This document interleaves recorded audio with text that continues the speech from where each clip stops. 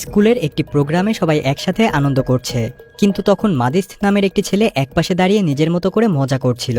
কিছুক্ষণ বাদে সে তার সামনে একটি মেয়েকে দেখতে পায় যে তাকে চুম্বন করার জন্য এগিয়ে আসছে, কিন্তু তার আশেপাশে থাকা সবাই দেখে সে একা একাই বাতাসে চুমু খাওয়ার চেষ্টা করছে।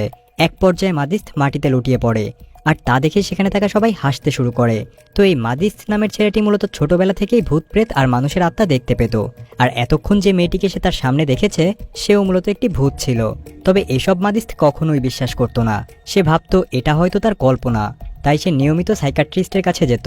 তবে সেখানে গিয়েও সে দেখতে পায় সাইকাট্রিস্টের মৃত বাবা, যে কিনা গলায় ফাঁস দিয়ে আত্মহত্যা করেছিল, সে তার সামনে বসে আছে আর তাদের সব কথা শুনছে। অপরদিকে একটি হাই স্কুলে একজন শিক্ষক ক্লাস নিচ্ছিল। ক্লাস শেষে সে স্কুলের লাইব্রেরিতে কিছু একটা ফটোকপি করার জন্য যায়। ঠিক তখনই একটি কঙ্কাল এসে তার উপর আক্রমণ করে। কঙ্কালটি তাকে মারতে শুরু করে। সেখানে থাকা কিছু বই এবং স্টাপলার মেশিন এসে তাকে মারতে শুরু করে, আর এক পর্যায়ে ওই শিক্ষককে জানালা দিয়ে ফেলে দেয়। কঙ্কালটি উপরে বসে সবকিছুই দেখে আর আনন্দ উল্লাস করতে থাকে। তো এরপর ওই স্কুলের ডিরেক্টর টিনাকে সেখানে দেখা যায়। সে স্কুলের বাচ্চাদের শাসন করছিল। ঠিক তখন সেখানে ওটেগি নামক এক ভদ্রলোক তার মেয়েকে নিয়ে আসেন, আর তিনি লন্ডন থেকে পড়াশোনা করে এসেছেন। ওই ব্যক্তি টিনাকে বলে প্রতিদিন এভাবে টিচারদের রহস্যজনকভাবে মৃত্যু হওয়া বাচ্চাদের জন্য বাজে প্রভাব ফেলবে, আর এসব ঠেকাতে সে স্কুলের দায়িত্ব নিতে চায়, অর্থাৎ প্রিন্সিপাল হতে চায় আর কি। কিন্তু টিনা এই প্রস্তাবে রাজি হয় না। ঠিক সেই মুহূর্তে টিনা জানতে পারে ওই স্কুলের চেয়ারম্যান তার জন্য অপেক্ষা করছেন। তো টিনা চেয়ারম্যানের কাছে গেলে সে তাকে বলে স্কুলের পরিস্থিতি এভাবে চলতে থাকলে আমাদের স্কুলের দুর্নাম ছড়িয়ে পড়বে, আর খুব দ্রুত স্কুল সিলগালা করে দেওয়া হবে।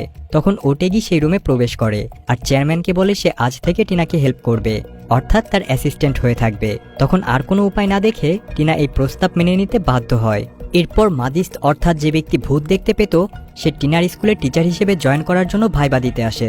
মূলত তার অদ্ভুত আচরণের কারণে সে কোনো স্কুলেই খুব বেশি দিন টিকতে পারত না। তো টিনা তাকে তার স্কুলের জন্য নিয়োগ দিয়ে দেয়। তো স্কুলে প্রথম দিন এসে মাদিস্ত একটি মেয়ের কাছে ক্লাসরুমের লোকেশন জানতে চায়। তখন মেয়েটি তাকে দেখে চমকে যায় আর কিছু না বলে সেখান থেকে পালিয়ে যায়। এরপর একদল দুষ্টু ছাত্র তাকে মিসগাইড করে পরিত্যক্ত একটি লাইব্রেরিতে পাঠিয়ে দেয়।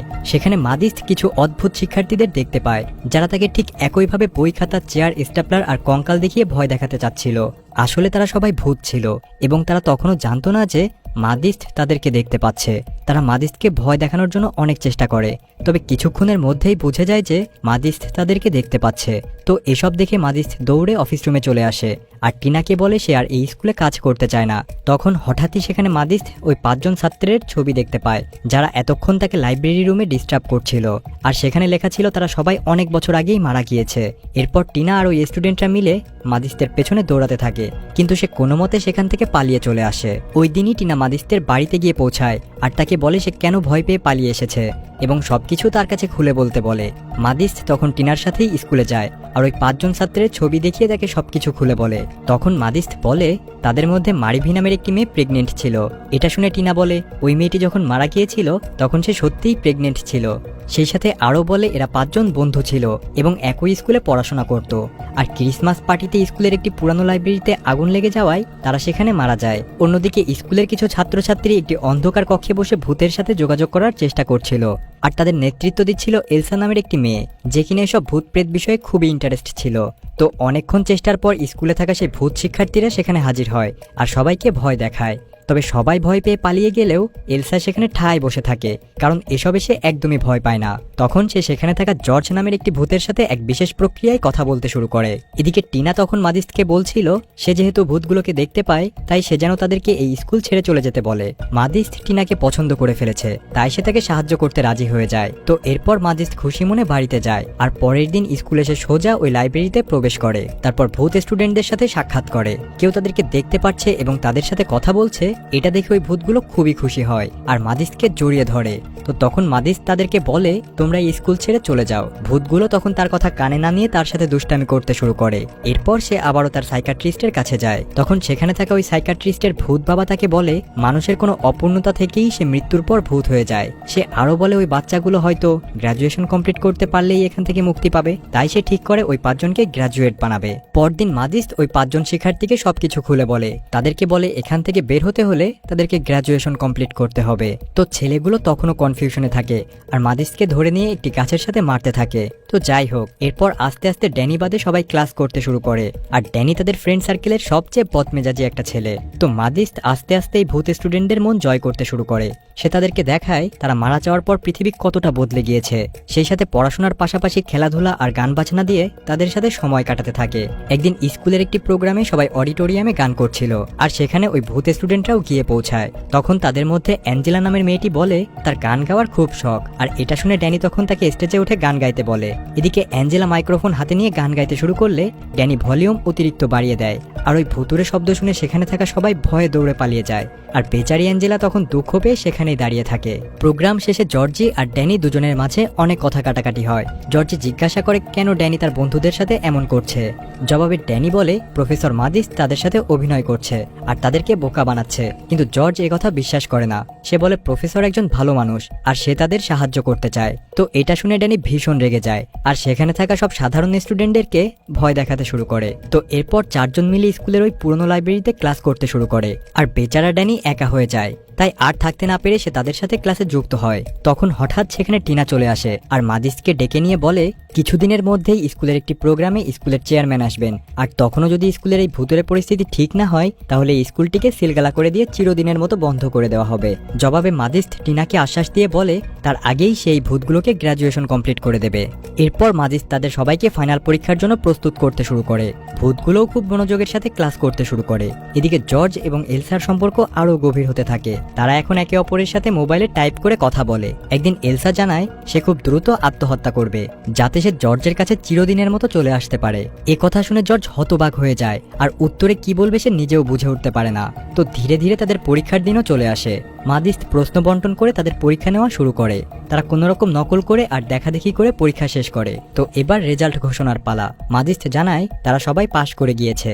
এই কথা শুনে তারা সবাই খুশিতে লাফাতে থাকে, কিন্তু এদিকে ড্যানি ইচ্ছে করেই পরীক্ষার খাতায় একটি অক্ষর লেখেনি। তবে মাদিস বলে সেও পাশ করে গিয়েছে। তখন সেখানে একটি আলো আসে আর সবাই ভাবে এটাই হয়তো তাদের মুক্তির আলো, তাই সবাই সেই আলোর নিচে জড়ো হয়। কিন্তু অবশেষে দেখা যায় তা ছিল সূর্যের আলো। আর এটা দেখে তারা সবাই আবারও রেগে যায় আর স্কুল থেকে বের হতে না পেরে ছাত্রছাত্রীদের ভয় দেখাতে শুরু করে। আর গোটা স্কুলে খুব খারাপ পরিস্থিতি তৈরি হয়ে যায়। এটা দেখে টিনা আর ওটেগি মাদিসদের উপরে খুবই রাগারাগি করে। এরপর মাদিস আবারও সেই ভূত সাইকাট্রিস্টের কাছে যায়। সবকিছু শুনে সে বলে আমি বলেছিলাম তাদের কোনো অপূর্ণ ইচ্ছে পূরণ করার কথা, তাদের গ্র্যাজুয়েশনের কথা তো আমি বলিনি। এই কথা শুনে মাদিসদের ড্যানির কথা মনে পড়ে যায়, কারণ সে সবসময় ড্যানির বিরোধিতা করে এসেছে। তার মানে তার ভেতর নিশ্চয়ই কিছু লুকায়িত আছে। তাই মাদিস আবারও স্কুলে ফিরে যায়। তবে সেখানে গিয়ে দেখে বাচ্চাদের গার্ডিয়ানরা অভিযোগ করছে আর সবাই এর জন্য মাদিসকেই দোষ দিচ্ছে। তখন মাদিস জানতে পারে স্কুলের ঊর্ধ্বতন তাকে চাকরি থেকে বরখাস্ত করে দিয়েছে। তো এটা দেখে সে আবার ওই ভূতদের কাছে যায় আর বলে গ্র্যাজুয়েশনের ব্যাপারটি ভুল হলেও অসম্পূর্ণ কাজ শেষ করার ব্যাপারটি আসলেই সত্য ছিল, অর্থাৎ প্রত্যেককে তাদের সিক্রেট শেয়ার করতে হবে। তো বরাবরের মতোই ড্যানি রাজি হয় না, কিন্তু শেষমেশ অনেক জোড়াজড়িতে সে তার সিক্রেট বলে। মূলত তারা সবাই লাইব্রেরিতে যে আগুনে পুড়ে মারা গিয়েছে সে আগুন ড্যানি নিজেই লাগিয়েছিল। একজন টিচার তাদের পানিশমেন্ট স্বরূপ ওই লাইব্রেরিতে আটকে রেখেছিল, আর ড্যানি তখন সেখানে আগুন লাগিয়ে দেয় যাতে ফায়ার অ্যালার্ম বাজলে সবাই এসে দরজা খুলে তাদের বের করে। কিন্তু পার্টির শব্দে কেউ ফায়ার অ্যালার্ম শুনতেই পায় না আর তারা সবাই সেখানে মারা যায়। সেই সাথে ড্যানি আরো বলে যে সে এতদিন ভয়তে কাউকে কিছু বলেনি, আর এভাবে তাদের প্রথম সিক্রেট রিভিল হয়ে যায়। এটা শুনে মাদিস স্কুল থেকে বেরিয়ে যায়। টিনা তাকে বাধা দেওয়ার চেষ্টা করলেও তাতে কোনো লাভ হয় না। তো টিনা এবার বাধ্য হয়ে সেই পুরনো লাইব্রেরিতে যায় আর ভূত স্টুডেন্টদেরকে বলে তারা যেন একটা বুদ্ধি করে মাদিসকে স্কুলে ফিরিয়ে নিয়ে আসে। ওই দিন রাতেই স্কুলের কেরানি ভূত তাড়ানোর জন্য মন্ত্র পড়ছিল। তারা সেখানে যায় আর ওই কেরানির শরীরে পিঙ্ক ফ্লয় নামের একটি ভূত আশ্রয় নিয়ে মাদিসকে ফোন করে আর বলে তারা সবাই মাদিসকে খুবই মিস করছে। এ কথা শুনে মাদিস খুশি হয়ে যায় আর বলে সে খুব দ্রুত আবারও স্কুলে আসবে। তো এবার অ্যাঞ্জেলা মারিনাকে ডেকে নিয়ে তার হাতে একটি চিঠি দেয়, যেটা মারিনার বয়ফ্রেন্ড তাকে দিয়েছিল অ্যাঞ্জেলাকে দেওয়ার জন্য। তবে তাকে দেওয়ার আগেই তারা মারা যায়। আর ওই চিঠিতে লেখা ছিল যে মারিনার বয়ফ্রেন্ড মারিনাকে সন্দেহ করে আর তার পেটে যে বাচ্চা আছে সেটাও তার নয়, তাই সে বিদেশে চলে যাচ্ছে। এ কথা জানতে পেরে মারিনা খুবই কষ্ট পায় আর এর মাধ্যমে তাদের দ্বিতীয় সিক্রেট রিভিল হয়ে যায়। তো পরদিন একটি অনুষ্ঠানে দেখা যায় মাদিস স্কুলে এসেছে আর এটা দেখে টিনা আর ওই ভূতেরা খুবই খুশি হয়। এরপর সবাই জানতে পারে ওটেগিই মূলত মারিনার সেই বয়ফ্রেন্ড যাকে তারা ছেড়ে চলে গিয়েছিল। তখন তারা সবাই ওটেগিকে ওই চিঠিটি দেখায় আর মারিনার বর্তমান পরিস্থিতি সম্পর্কে বলে। সব শুনে ওটেগির ভীষণ আফসোস হয়। এদিকে অডিট অডিটোরিয়ামে গানের অনুষ্ঠান চলছিল, কিন্তু সবাই সে গান শুনে বোর হচ্ছিল। তখন মাদিস্ট অ্যাঞ্জেলাকে বলে স্টেজে উঠে গান করতে। তাই অ্যাঞ্জেলা সেখানে থাকে একটি মেয়ের শরীরে ঢুকে গান গাইতে শুরু করে, আর সবাই গান শুনে আনন্দ পেয়ে নাচতে শুরু করে।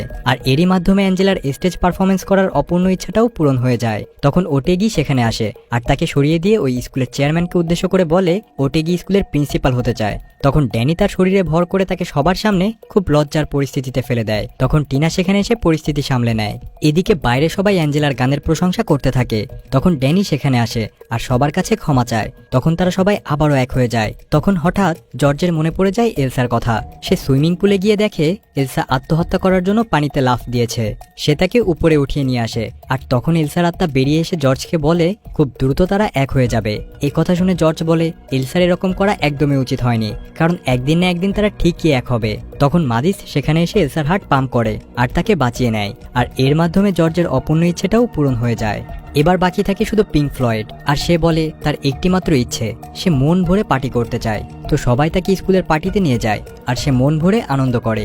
এর মাধ্যমে তাদের সবার মনের ইচ্ছা পূরণ হয়ে যায় আর তাদের বিদায়ের পালা চলে আসে। অবশেষে একটি উজ্জ্বল আলোকরশ্মি আস্তে আস্তে তাদেরকে উপরে উঠিয়ে নেয়। তারা একে অপরের হাত ধরে আস্তে আস্তে গায়েব হয়ে যায়। টিনা আর মাদিস্ট সেখানে দাঁড়িয়ে থেকে তাদের চলে যাওয়া দেখছিল, আর অবশেষে টিনা ও মাদিস্টকে তার ভালোবাসার কথা বলে দেয়।